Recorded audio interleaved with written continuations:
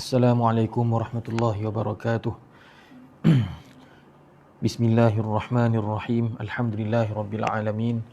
Wa bihi nasta'in ala umurid dunya waddin. Wassalatu wassalamu ala sayyidina Muhammad asyrafil anbiya'i wal mursalin wa ala alihi wa sahbihi ajma'in. Subhanaka la ilma lana illa ma 'allamtana innaka antal alimul hakim. Wala haula wala quwwata illa billahil aliyyil azim. Alhamdulillah, kita syukur pada Allah Subhanahu Wa Taala kerana diberikan lagi kesempatan untuk sama-sama kita mempelajari Al-Quranul Karim di dalam bulan Al-Quranul Karim, dan kita pun sudah masuk 10 malam 10 hari yang terakhir. Mudah-mudahan Allah Subhanahu Wa Taala menerima segala amal ibadah kita yang lalu dan memberikan kita taufik untuk hari-hari yang masih berbaki. Jadi insya-Allah kita pada hari ini kita akan mempelajari ayat yang ke-69 dan seterusnya. A'udzu billahi minasy syaithanir rajim. Bismillahirrahmanirrahim. Wa alqi ma fi yaminika talqaf ma sana'u. Innama sana'u kaidu sahir wala yuflihus sahiru haitsu ata. Faulqiyas saharatu sujjadan qalu amanna bi rabbi Harun wa Musa. Sadaqallahul azim. Baik. Sambungan kisah Nabi Musa, Nabi Harun berhadapan dengan Fir'aun dan juga tukang-tukang sihir.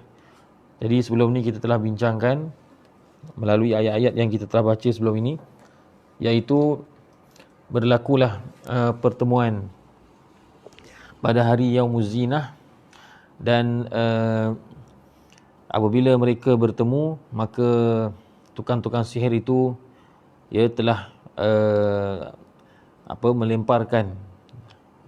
melemparkan tali-tali dan juga tongkat-tongkat mereka yang kemudiannya menjadi ular. Dan ia menjadi ular kerana sihir yang dilakukan oleh mereka. Kemudian Nabi Musa AS melemparkan tongkat, dan tongkat itu menjadi ular yang besar dan bergerak aktif, bergerak pantas. Ular tersebut hasil daripada mukjizat Nabi Musa AS. Dan ular tadi telah memakan semua belum lagi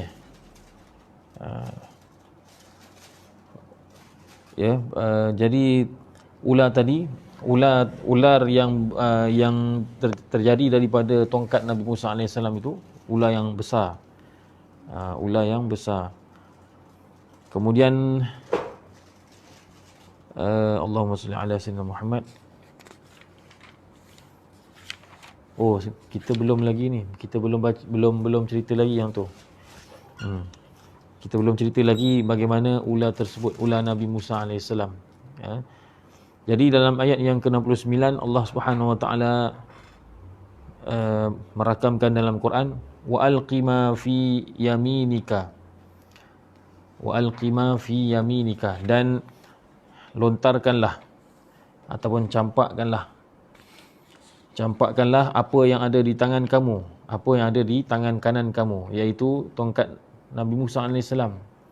Kan sebelum ni kita pernah baca ayat pada awal surah Taha, bahawa Nabi Musa AS ketika mana ditanya oleh Allah Ta'ala, apa di tangan kanan kamu, maka dia jawab tongkat. Jadi di sini Allah Ta'ala kata, apa yang di tangan kanan kamu tu kamu campak. Talqaf ma sana'u. Nescaya apa yang kamu campakkan tadi akan talqaf. Talqaf ni maksudnya telan atau menyambar. Dia akan telan dan akan menyambar ma sana'u, apa yang mereka buat, apa yang mereka lakukan, iaitu apa yang tukang-tukang sihir lakukan. Jadi pada kalimah talqaf itu ada beberapa qiraat. Ada yang baca talqaf, seperti mana qiraat yang kita baca. Ada juga yang membaca talaqqaf talaqqaf. Dan ada juga yang baca talaqqafu ma sana'u. Tapi makna kesemuanya itu hampir-hampir samalah. Maksudnya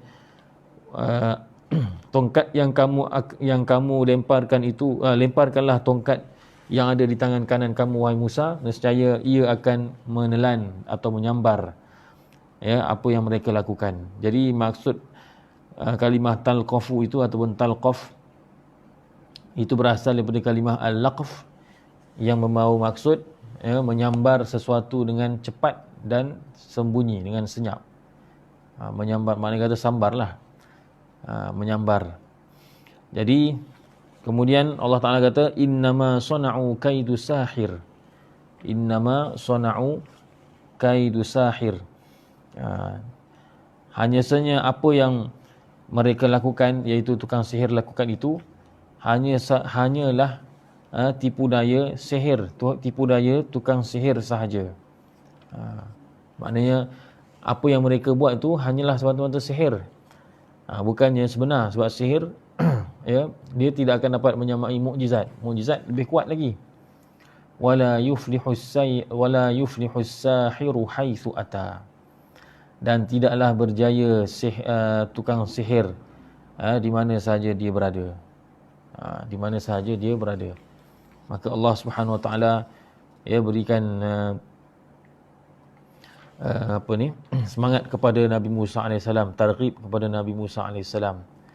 Jadi Nabi Musa AS pun campak, dan kata Imam Ibn Katsir rahimahullah ta'ala dalam tafsirnya, bila dicampak sahaja maka keluarlah ular. Maknanya daripada tongkat Nabi Musa AS itu terjadi tongkat tadi bertukar menjadi ular yang besar, yang menjadi Allahumma salli ala sayyidina Muhammad, yang mempunyai dua mata, yang mempunyai mata dan mempunyai kaki. Ular ada kaki dan ada leher dan ada kepala dan ada taring. Itu yang disifatkan dalam tafsir Ibn Katsir. Macam seakan-akan naga pula kan. Jadi bukan sebarangan, jauh beza dengan ular yang dibuat oleh tukang sihir. Jadi dalam ayat tadi, wala yuflihus sahiru haitsu ata, Allah Taala kata, dan tidaklah berjaya tukang sihir di mana sahaja dia datang atau di mana sahaja dia berada. Dalam ayat ini Allah Taala mengatakan as-sahir, mufrad, iaitu singular. Padahal tukang sihirnya ramai.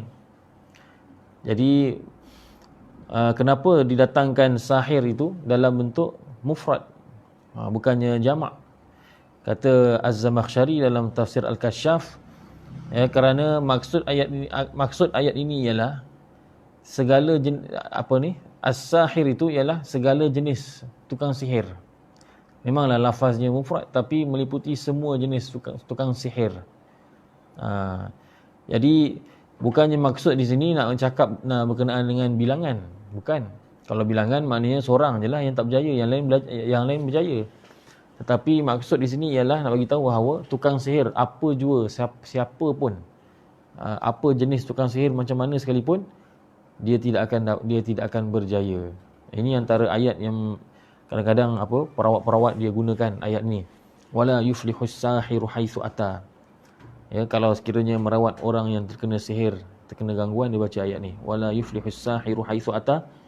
Jadi jin yang ada dalam pesakit, dalam badan pesakit tu, dia marahlah dia, kepanasanlah dia, sebabnya ayat ni bagi tahu bahawa tukang sihir sama sekali tidak akan berjaya.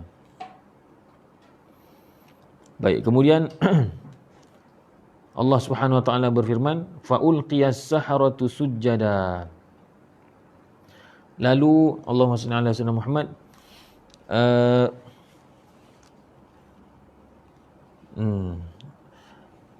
lalu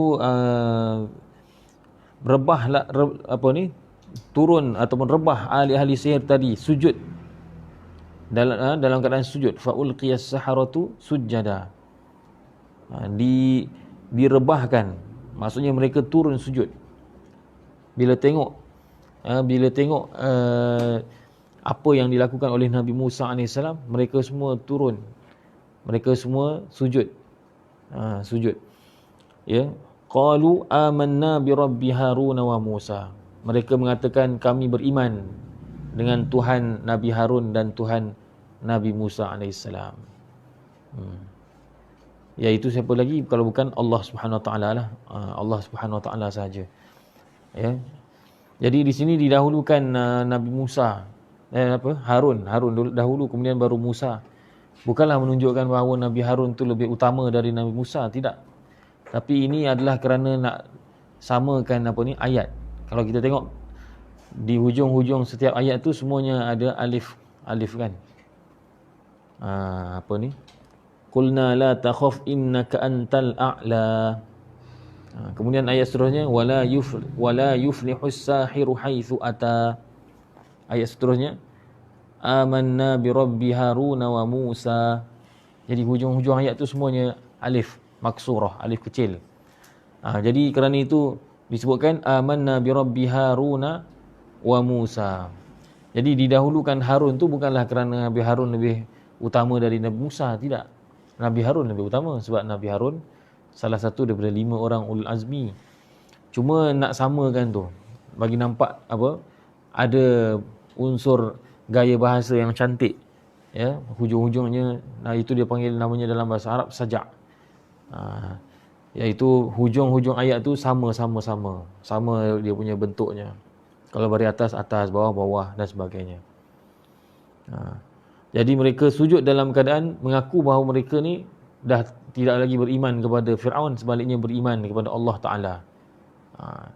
Beriman kepada Allah Ta'ala. Dan juga mereka sebut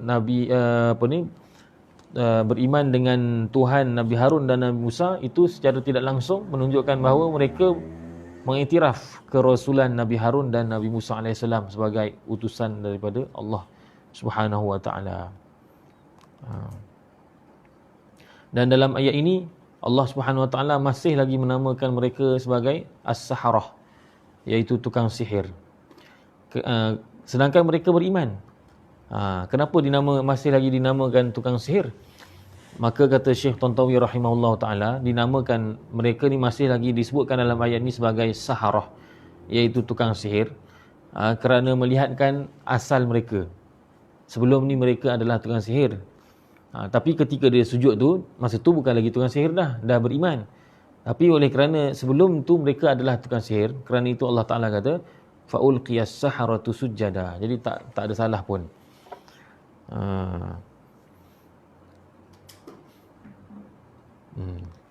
Al-Karhi mengatakan, Syekh Sulaiman Al-Jamal menukilkan daripada Al-Karhi bahawa beliau mengatakan bahawa kenapa tukang-tukang sihir tu bila nampak saja Nabi Musa AS menzahirkan mukjizatnya, mereka terus sujud.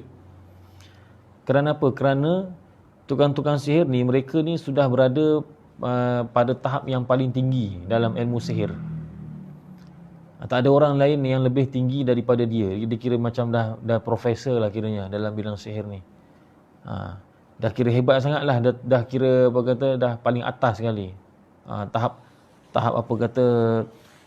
maha guru lah kita katakan. Jadi mereka ni walaupun hebat macam mana sihir mereka, dalam keadaan mereka begitu tahap sihir mereka bila tengok apa yang dilakukan oleh Nabi Musa AS, mereka tahu bahawa apa yang Nabi Musa AS buat itu bukannya sihir. Macam mana mereka tahu? Ialah sebab mereka dah cover seluruh ilmu sihir. Sebab itu mereka boleh membezakan mana yang sihir, mana yang bukan sihir. Kalau tukang-tukang sihir yang rendah-rendah ni, yang kecil-kecil, mungkin mereka tak nampak lagi benda tu. Sebab mungkin kata, ini mungkin ada lagi sihir lagi atas kot. Mungkin ada level, next level lagi. Tapi ni dia dah habis dah. Dah level yang paling tinggi sekali. Tak ada lagi level yang lebih tinggi daripada mereka. Maka bila mereka tengok Nabi Musa AS campak tongkat tu menjadi ular yang sangat besar, bergerak, kemudian boleh telan pula yang lain, maka mereka terus beriman. Sebab pengetahuan mereka tentang sihir itu membantu mereka untuk mengenali yang ni bukan sihir. Yang ni bukan sihir ni. Sebab apa? Kalau dalam ilmu sihir pun tak ada macam ni. Macam itulah kiranya. Kan? Sebab itu orang yang mengenal sihir yang sebenarnya ialah ahli sihir yang paling tinggi lah. Sebagaimana macam masak-masak lah. Kan? Tukang masak yang paling tinggi, dialah yang tahu menilai makanan ni sedap ke tak sedap. Masakan ni sebenarnya sedap ke tidak. Kita ni yang tak berapa pandai masak ni, kita rasa semua sedap. Kan? Orang bagi pada kita 2-3 jenis murtabak ni sedap. Sedap. Yang ni pun sedap. Sedap. Ini sedap. Sedap saja kita. Sebab apa? Sebab kita bukan jenis pandai masak. Tapi bagi chef yang terkemuka, yang jenis songkok tinggi tu, topi chef tinggi tu, yang jenis hebat, dia bila dia rasa saja, siap. Kan? Macam kita tengok Master Chef. Terus di luahnya, terus dia lap mulut dia dengan tisu. Sebab apa? Dia dah berada pada tahap yang tinggi, dia tahu. Dia tahu mana satu yang sedap, mana satu yang bukan sedap. Sama tukang sihir di sini, dia tahu mana yang sihir, mana yang bukan sihir. Sebab setahu dia dah cover dah ilmu sihir dia tu dah meliputi semua jenis sihir. Dan tak ada dalam himpunan dalam setakat yang dia tahu, tak ada sihir yang macam ni. Maka tidak lain dan tidak bukan, ini bukan sihir. Tidak lain dan tidak bukan, ini bukan sihir, ini adalah daripada Allah Subhanahu Wa Taala, mukjizat yang merupakan tanda kekuasaan Allah Subhanahu Wa Taala. Kerana itu Az-Zamakhsyari mengatakan, alangkah ajaibnya, alangkah peliknya urusan mereka, alangkah peliknya keadaan mereka. Sebelumnya mereka melemparkan tali-tali dan juga tongkat dalam keadaan kerana kufur. Tetapi kemudiannya mereka melemparkan kepala-kepala mereka untuk sujud sebagai syukur. Sebagai syukur dan berimanlah maknanya. Jadi kata Az-Zamakhsyari, betapa besarnya jurang perbezaan. Yang ni lempar, yang ni lempar. Tapi yang ni lempar kerana kufur, yang ni lempar kerana beriman. Kemudian Allah Subhanahu Wa Taala berfirman, qala amantum lahu qabla an adhana lakum innahu lakabirukumul ladzi 'allamakumus sihr fala uqatti'anna aydiyakum wa arjulakum min khilafin wa la usallibannakum fi juzu'in nakhli wa la ta'lamunna ayyuna ashaddu 'adzaban wa abqa. Qala, berkata dia iaitu Fir'aun berkata, amantum lahu, adakah, asalnya ada dua hamzah, amantum, seperti mana dalam surah Al-Mulk kan, amintum man fis sama, antum asyaddu khalqan. Tapi di sini satu saja, untuk memudahkan. Jadi maknanya ialah kalau dari segi makna, ini adalah soalan, adakah. Bila adakah, dia kena ada satu lagi hamzah, antum. Tapi dalam bahasa Arab, orang Arab ni kalau ada dua hamzah berturut-turut, itu sukar. Jadi kadang-kadang dihazafkan, dibuang. Jadi Quran turun dalam bahasa Arab. Jadi Quran meraihkan perkara tersebut.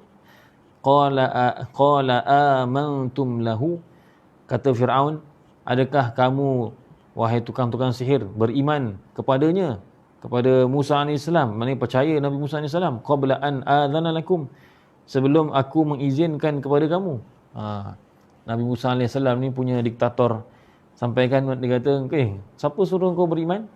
Bila masa aku izinkan kamu beriman? Dia kata, adakah kamu beriman sebelum aku mengizinkan kepada kamu? Nak beriman pun kena minta izin ke? Kemudian apa kata Fir'aun? Innahu lakabirukum, sesungguhnya dia, iaitu Musa AS itu ialah lakabirukum. Lam di situ maksudnya pasti, confirm dia itu adalah orang yang besar di kalangan kamu, kabirukum. Apa maksud kabirukum? Dari segi literalnya maksudnya orang yang besar di kalangan kamu. Tafsirannya ialah, kata Imam Baghawi, ketua kamu, dan juga guru kamu, raisukum wa muallimukum. Jadi Fir'aun kata, ini tidak lain, ni Musa ni lah yang sebenarnya ketua kamu kan. Sebenarnya Musa ni lah guru kamu kan, wahai tukang sihir. Dia tuduh pula Nabi Musa AS ni guru, ketua pada tukang sihir. Padahal tukang sihir tu kan Fir'aun yang ajar dia. Dia sendiri yang melatih tukang sihir tu. Allazi 'allamakumus sihr. Ketua kamu yang mengajarkan kamu sihir. Bukankah apa dia kata sesungguhnya Nabi Musa itu confirm lah itu memang ketua kamu yang mengajarkan kamu sihir. Kata Syekh Tantawi rahimahullahu taala, ya, tujuan Firaun mengatakan demikian ialah untuk memalingkan manusia daripada mengikuti Nabi Musa alaihissalam dan juga tukang-tukang sihir. Sebab orang awam bila tengok tukang sihir pun beriman, hebat-hebat dia pun akhirnya beriman. Jadi orang awam rasa macam nak ikut, rasa terpengaruh dengan keimanan tukang sihir. Terus sahaja Firaun memalingkan perkara tersebut. Maka dituduhnya bahawa sama je diorang ni, tukang sihir dengan Musa ni satu geng, dia kata. Musa tu lah kepalanya. Itu perangai Firaun, ya, memalingkan tumpuan manusia. Padahal elok dah nampak sikit dah tu kebenaran dia. Kemudian apa lagi yang Firaun katakan? Fala uqatti'anna aydiyakum wa arjulakum min khilaf. Maka aku pasti akan memotong tangan-tangan kamu, wahai tukang sihir, dan kaki-kaki kamu min khilaf, secara bersilang. Maknanya sama ada potong tangan kanan dan kaki kiri, atau potong tangan kiri dan kaki kanan. Potong bersilang. Allahu Akbar. Jadi Firaun memberikan mengugut. Kalau kamu terus beriman macam ni, aku pasti aku akan potong tangan dan kaki kamu secara bersilang. Ya. Kata Syekh Tantawi rahimahullah taala, kenapa nak potong silang? Kerana sengaja buat begitu supaya tidak ada bahagian yang sempurna. Maknanya belah kanan pun tak sempurna, belah kiri pun tak sempurna. Kalau tangan ada, kaki tak ada. Kalau kaki ada, tangan tak ada. Kalau dilihat dari segi atas pun, tangan salah satu tak ada. Kalau dilihat dari segi bawah pun, kaki salah satu tak ada. Kalau dilihat dari sudut kanan atau kiri bahagian badan dia, ada saja yang kurang. Kerana itu Firaun saja buat macam tu supaya nampak lebih keji, lebih buruk kesannya. Dia kata, aku akan potong tangan kamu dan kaki kamu secara bersilang. Wala usallibannakum, dan aku akan salib kamu.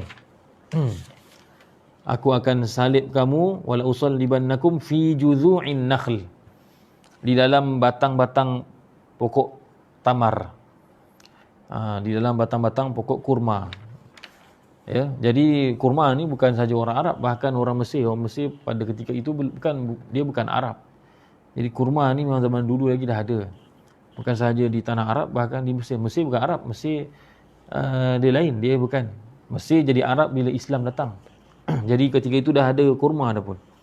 Dan memang itulah pokok yang ada pun. Yang lain tu tak banyak. Maka di sini timbul kemusykilan. Apa kemusykilannya? Kalau kita lihat, kenapa disebutkan di sini fi juzu'in nakhl? Firaun kata, aku akan menyalib, aku akan salib kamu di dalam, fi ni dalam batang pokok kurma. Sebab salib ni biasa kita bukannya bubuh dalam. Manusia dah, bukan kita. Maknanya manusia kalau salib, orang-orang dululah kalau mereka berikan hukuman, salib tu maksudnya ialah dia gantung orang tu dekat dia gantung orang tu dekat batang pokok kayu, dan tangannya tu dipaku, tangan kanan dan kirinya dipaku, dan dibiarkan dijemur di tengah panas sehingga mati. Itu maksud salib.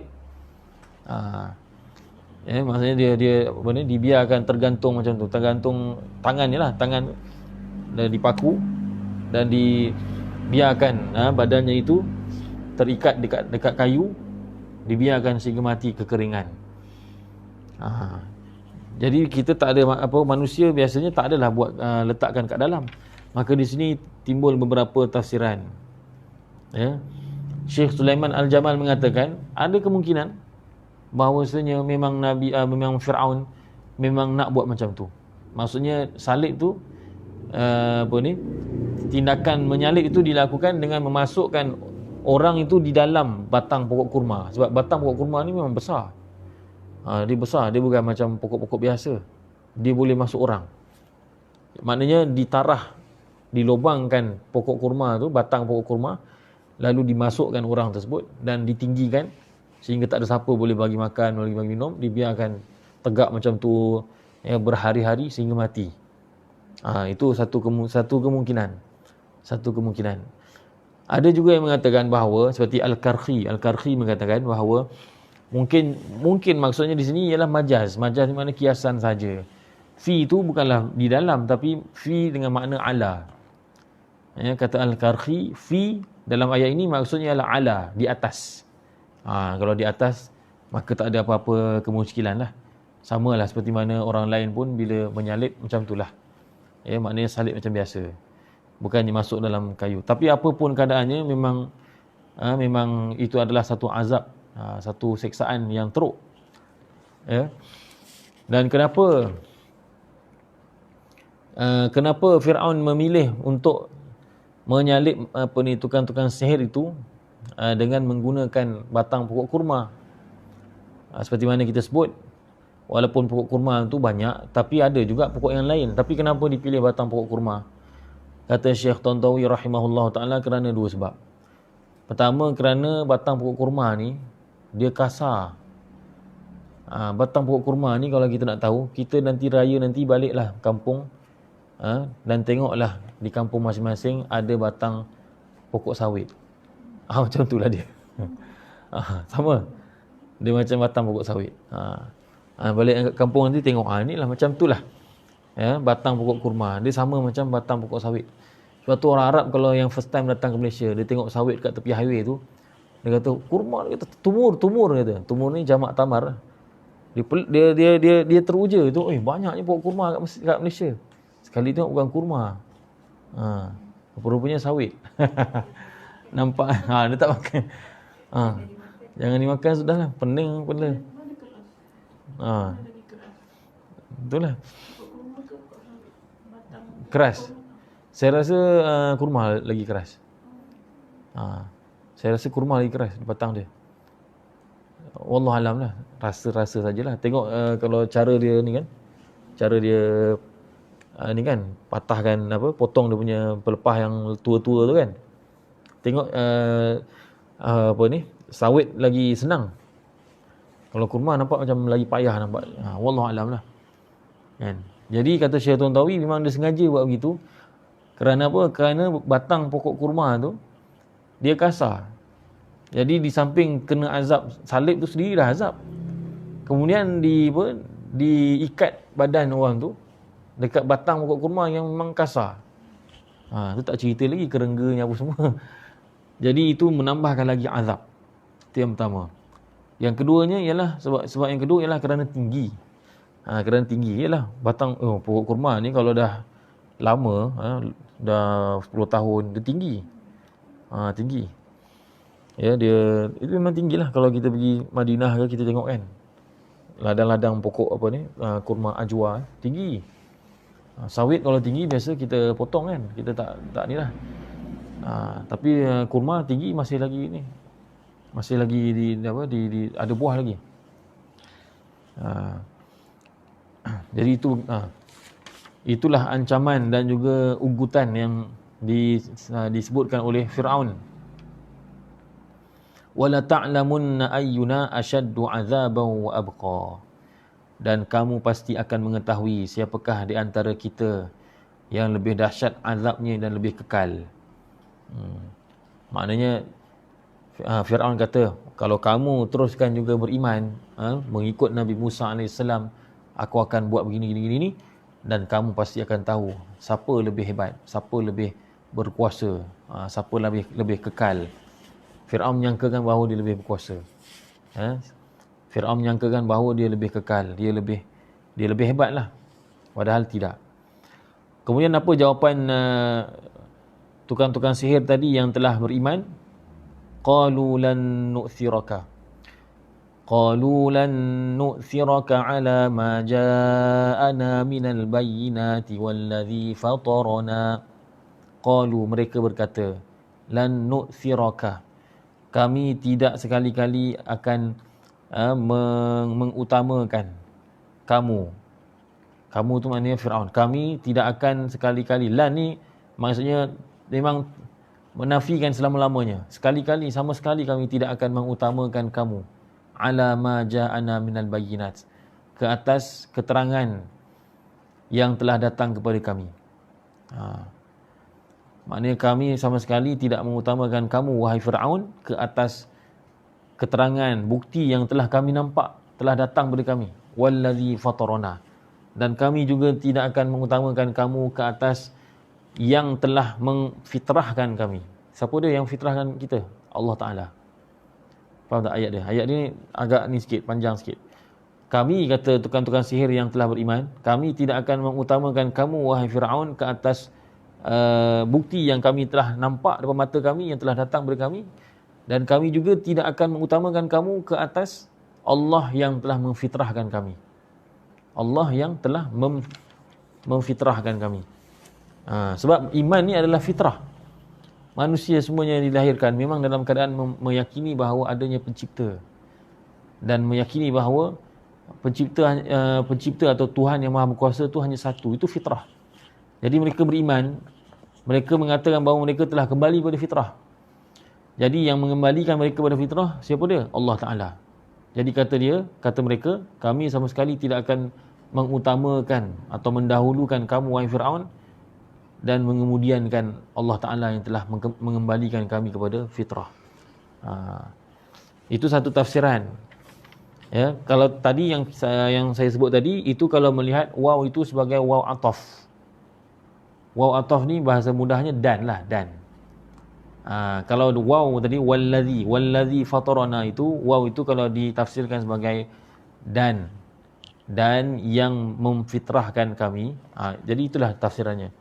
Tetapi ada juga ulama mengatakan waw itu boleh saja kalau sekiranya ditafsirkan sebagai waw qasam, waw yang menunjukkan sumpah. Macam kita baca wal asr, kita tak kata dan masa, kita kata demi masa. Waw di situ ialah wawul qasam, iaitu waw sumpah. Jadi ada juga ulama kata waw di sini ialah waw qasam. Waw qasam, iaitu demi. Kalau begitu tafsirannya begini, dia lain sikit. Tafsirannya mudah lagi, lebih mudah lagi. Ya. Mereka, iaitu tukang-tukang sihir yang beriman, mengatakan, kami sama sekali tidak akan mengutamakan kamu, iaitu Fir'aun, ke atas keterangan atau bukti yang telah datang kepada kami, demi Allah yang telah memfitrahkan kami. Demi Allah. Jadi wallazi fatarana tu maksudnya demi Allah. Demi Allah kami tak akan utamakan kamu, wahai Fir'aun. Jadi lagi mudah nak difahami. Maknanya ada dua tafsiran. Dua tafsiran itu berpunca pada penentuan waw itu sama ada waw ataf ataupun waw qasam.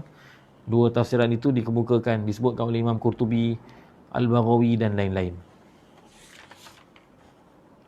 Kemudian kata tukang-tukang sihir yang telah beriman lagi, faqdi ma anta qad.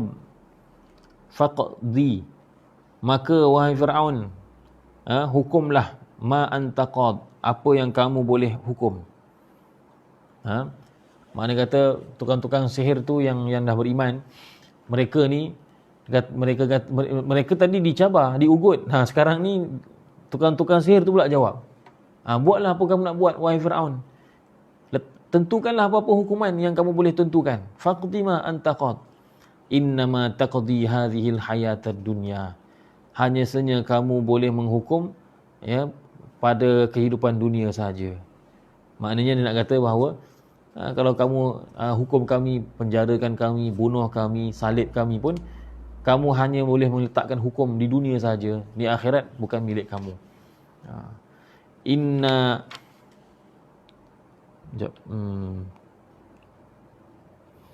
Okey. Jadi dalam surah Taha ni tak disebutkan kesudahan tukang-tukang sihir ni. Adakah mereka ni memang benar-benar disalib ataupun tidak. Jadi kata Syekh Tontawi rahimahullah taala, memang ada dua pendapat ulama.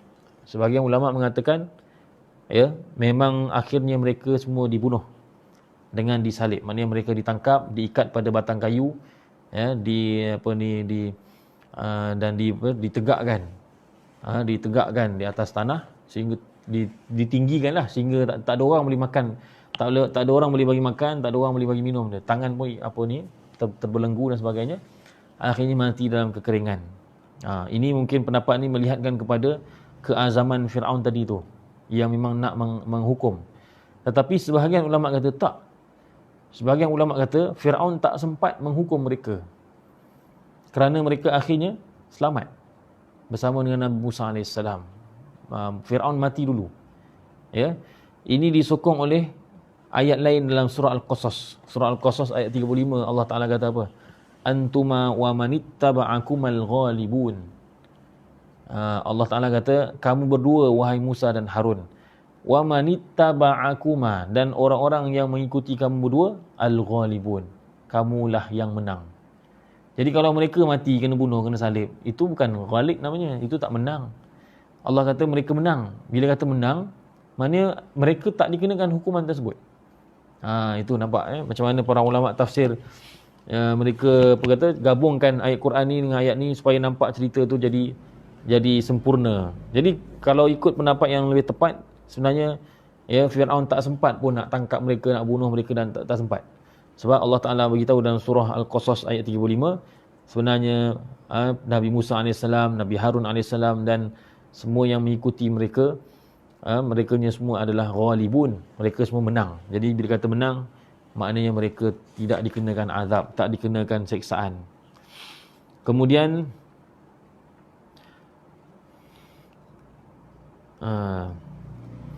kata tukang-tukang sihir yang telah bertaubat tadi dan telah beriman tadi, kata apa? Inna amanna bi rabbina liyaghfira lana khatayana wa ma akrahtana alaihi minas sihr wallahu khairun wa abqa. Inna amanna bi rabbina, sesungguhnya kami telah beriman dengan Tuhan kami. Tadi kalau kita perasan kan, awal-awal tadi dikata Rabbi Musa wa Harun atau Rabbi Harun wa Musa. Tapi di sini imannya sudah meningkat lagi. Dia kata Tuhan kami. Mereka kata bahawa Allah Ta'ala itu ialah Tuhan mereka. Kami telah beriman dengan Tuhan kami, dengan Rabb kami, iaitu Allah Ta'ala lah. Liyaghfira lana khatayana, supaya dia, iaitu Tuhan kami itu, mengampunkan kami dosa-dosa kami. Wa ma akrahtana alaihi minas sihr, dan mengampunkan dosa kami di mana kami, iaitu kami iaitu kamu dan mengampunkan kami yang mana kamu telah memaksa kami untuk melakukan sihir. Maknanya dia kata mereka beriman dan mereka berharap supaya Allah Ta'ala mengampunkan dosa mereka, ya, dan mengampunkan dosa mereka melakukan sihir, yang mana mereka lakukan sihir itu ialah kerana dipaksa oleh Firaun. Dipaksa oleh Firaun. Di sini timbul perbahasan. Sebab pada awalnya dia sudah sebutkan, mereka dah sebutkan supaya Allah Ta'ala mengampunkan dosa-dosa kami. Dia kata liyaghfir lana khatayana. Jadi sihir itu, perbuatan sihir itu pun dosa juga. Mengapa perlu diulang? Kenapa diulang dua kali? Kan? Contoh kita kata, wahai Allah ampunkanlah dosa saya, wahai Allah ampunkanlah dosa mencuri saya. Dosa tu dah sekali lah, cover lah sekali, mencuri apa dan sebagainya. Tetapi kenapa diulang sekali lagi? Maka kata para ulama, mana ayat dia ni?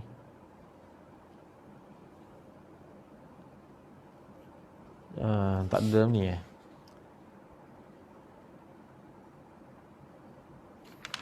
Tak jumpa pula dalam ni. Tapi ada sebahagian ulama mengatakan kerana apa? Kerana yalah dosa tu banyak, tapi oleh kerana sihir itu adalah dosa, antara dosa yang besar, ada antara kesalahan yang teruk, maka kerana itu disebutkan secara khusus, walaupun sebelumnya sudah disebutkan dosa secara umum. Dia dah sebut secara khusus. Macam kita lah minta maaf kan, minta maaf masa hari raya kan, kita kata minta maaf mak, telah silap dari hujung rambut hujung kaki, kemudian kita sebutlah dosa ataupun salah kita yang lebih spesifik. Begitulah umpamanya. Jadi dosa tu umum, tapi yang sihir ni dosa berat. Jadi disebutkan secara berasingan. Ya, kerana apa? Kerana dosa tu berat. Jadi mereka berharap supaya diampunkan. Hatta walaupun dosa yang berat sekalipun. Kemudian kemusykilan kedua ialah dalam ayat ini mereka kata bahawa mereka ni melakukan sihir kerana dipaksa. Kerana dipaksa oleh Fir'aun. Wa ma akrahtana alaihi minas sihr. Macam mana pula dipaksa? Kata Imam Baghawi, kalaulah ditanya bagaimana mereka mengatakan bahawa mereka ni dipaksa, sedangkan pada awal kisah dahulu mereka bersumpah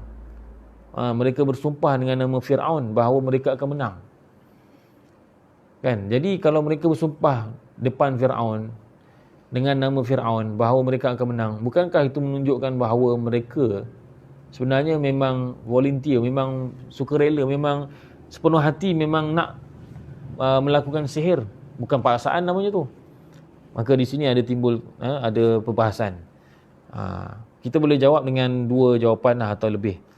Ya, kita boleh jawab dengan satu dengan kata-kata Al-Hasan Al-Basri. Al-Hasan Al-Basri mengatakan bahawa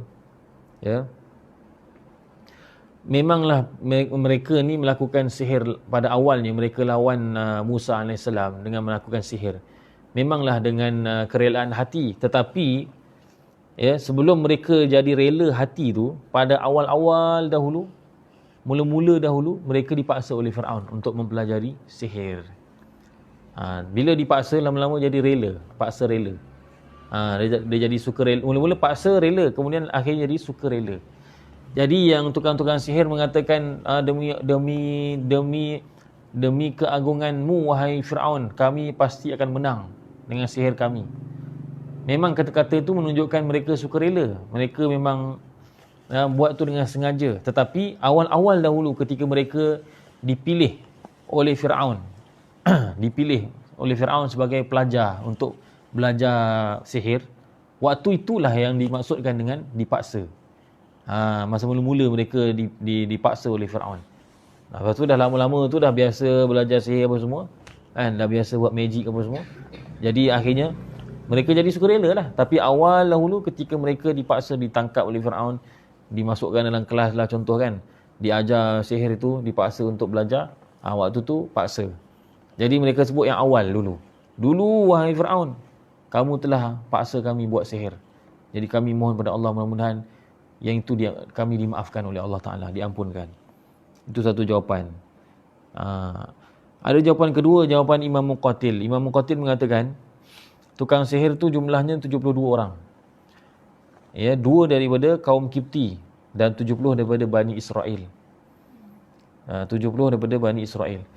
Jadi ayat yang mengatakan bahawa mereka ni sukarela, memang sengaja melakukan sihir, itu merujuk kepada tukang sihir yang Kipti. Manakala ayat ini yang mengatakan bahawa mereka dipaksa, itu merujuk kepada 70 orang tukang sihir Bani Israel yang dipaksa. Jadi yang Kipti ni memang keturunan ni lah Fir'aun, kaum Fir'aun. Mereka memang sukarela belajar, memang nak belajar sihir. Tapi yang 70 orang itu Bani Israel, mereka tak nak belajar sebenarnya, tapi mereka dipaksa. Kalau tak belajar kena bunuh. Jadi mereka belajar atas dasar dipaksa. Jadi yang mengatakan tukang-tukang sihir yang mengatakan mereka dipaksa di sini, wa ma akrahtana alaihi minas sihr, ini merujuk kepada tukang-tukang sihir Bani Israel.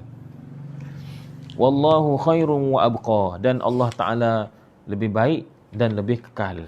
Sebab tadi kan Fir'aun mengatakan dia kekal.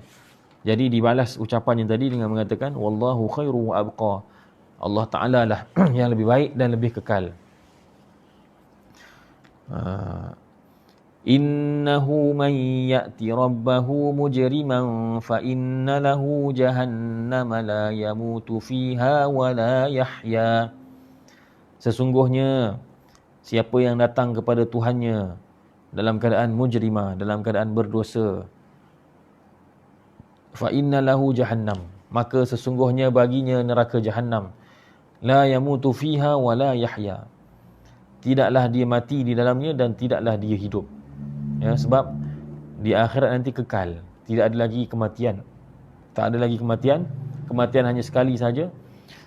Dan tidak hidup. Maksud tidak hidup ni bukanlah maksudnya macam mana? Maksudnya tidaklah hidup sekali lagi.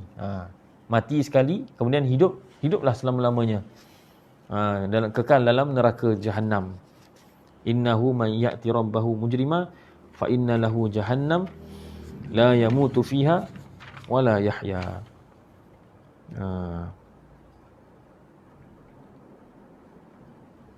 Oh, ada ni dalam ni, saya lupa. Yang tadi itu persoalan mengapa mereka menyebutkan dosa yang sihir tadi setelah mereka menyebutkan dosa secara umum.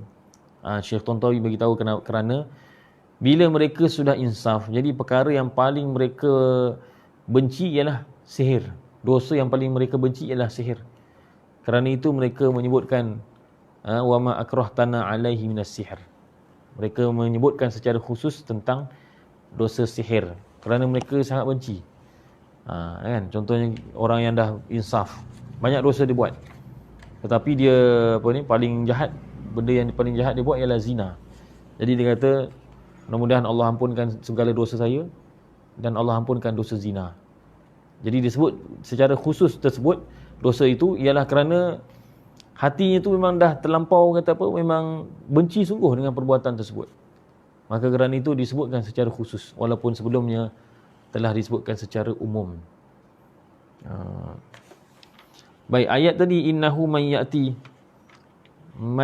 rabbahu mujriman fa inna lahu jahannam la yamutu fiha wa la yahya.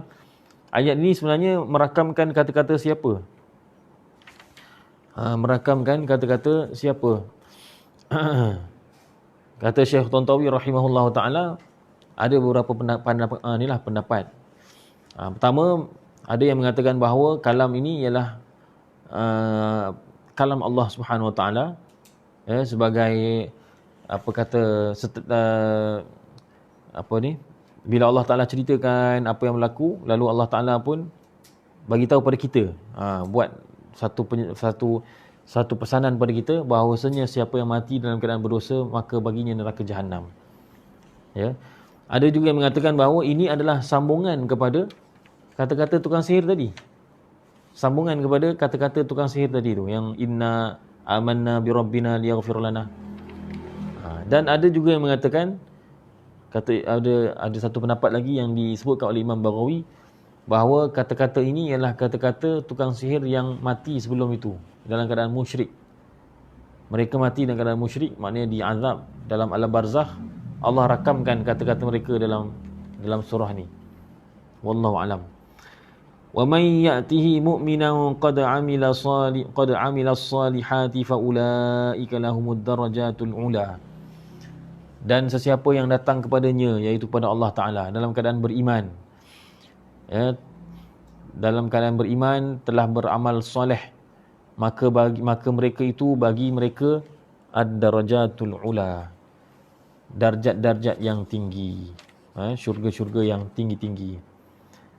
Jannatu adni tajri min tahtihal anharu khalidina fiha. Syurga Aden.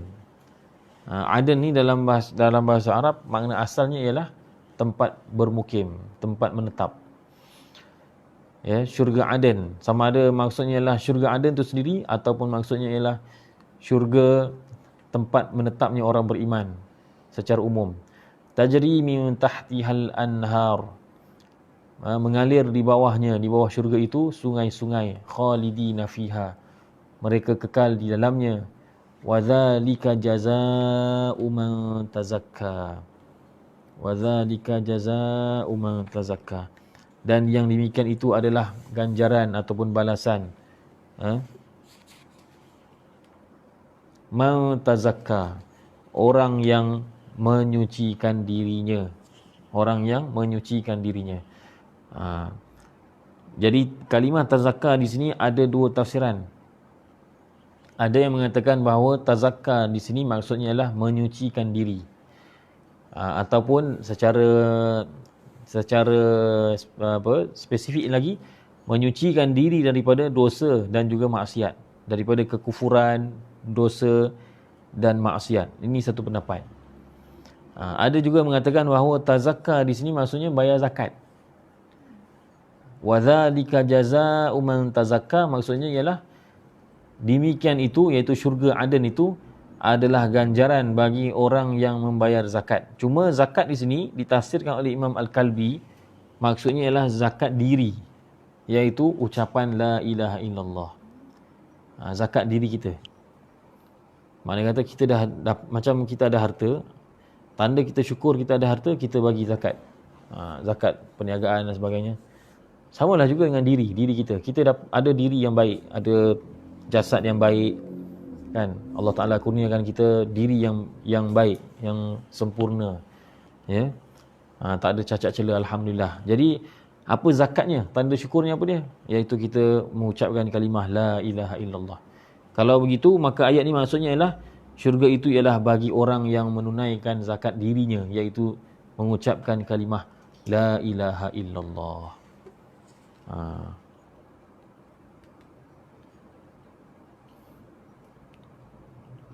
Okey. Walaqad ini dah masuk cerita lain ni. Ayat 77 ni dah masuk cerita yang lain. Tadi yang kita sebutkan tadi dan juga kuliah yang minggu lepas itu berkenaan dengan Yaumuz Zinah. Hari di mana mereka berkumpul. Ya. Cerita pada hari Yaumuz Zinah tu dah habis dah. Apa yang berlaku setelah itu wallahu alam, tak tahulah apa jadi. Tetapi kemudiannya itu pada ayat ke-77 episodnya dah lain. Ayat 77 menceritakan tentang Allah Ta'ala perintahkan Nabi Musa AS, bawalah Bani Israel untuk lari, untuk keluar daripada Mesir, bawa keluar. Jadi jarak masa di antara Yaumuz Zinah dengan hari di mana mereka keluar tu wallahu alam tak tahu. Hari mereka keluar semua tahu kan bila? Hari di mana Nabi Musa AS keluar daripada istana, kemudian Bani Israel semua keluar senyap-senyap sebelum subuh. Ya, kemudian lari, dikejar oleh Firaun. Akhirnya Firaun ditenggelamkan. Yang tu semua sedia maklum kot. Itu pada hari Ashura. Itu kan pada hari Ashura yang Nabi SAW datang ke Madinah dan tengok orang Yahudi berpuasa pada hari Ashura. Maka Nabi SAW tanya kenapa mereka puasa. Maka dijawab oleh orang-orang di sana, ini adalah hari di mana Allah Ta'ala membebas ataupun melepaskan Nabi Musa AS daripada Fir'aun. Jadi maknanya hari di mana berlaku kejar-kejar tadi tu, Fir'aun mengejar Nabi Musa AS dan Fir'aun akhirnya tenggelam, itu pada hari Ashura. Tapi yang Muzinah tu tak tahu bila. Jarak antara dua masa tu apa yang berlaku tak tahu. Wallahualam, kita tak tahu. Tapi nak katanya bahawa ayat 77, 78 ini ialah kisah akhir kisah Fir'aun lah. Kisah Fir'aun yang terakhir iaitu kisah di mana dia kejar Nabi Musa AS. Nanti insya-Allah kita akan terangkan pada kuliah yang akan datang. 2 minggu lagi lah kan? 2 minggu lagi kita bercuti.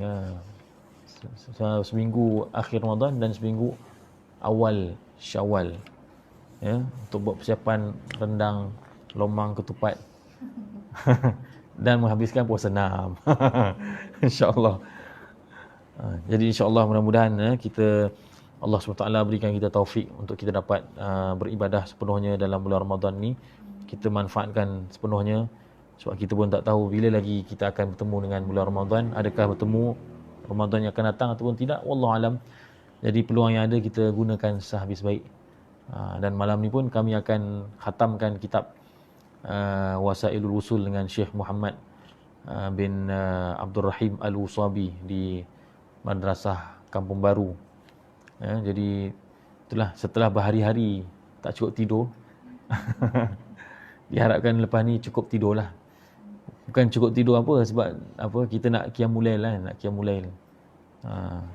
Jadi alhamdulillah lah, makna kata bila selesai ni 10 akhir Ramadan ni kita dapat tumpukan ibadat pula. Alhamdulillah. Begitulah juga alhamdulillah kita tafsir ni pun kita cutikan dulu, supaya mudah-mudahan kita dapat tumpukan ibadah. Makna kata tambahkan bacaan Quran dan istighfar kita dan sebagainya. Sebab semakin hari dia akan pendek Ramadan tu. Wallahu alam. InsyaAllah bertemu lagi pada masa akan datang. Subhanallah.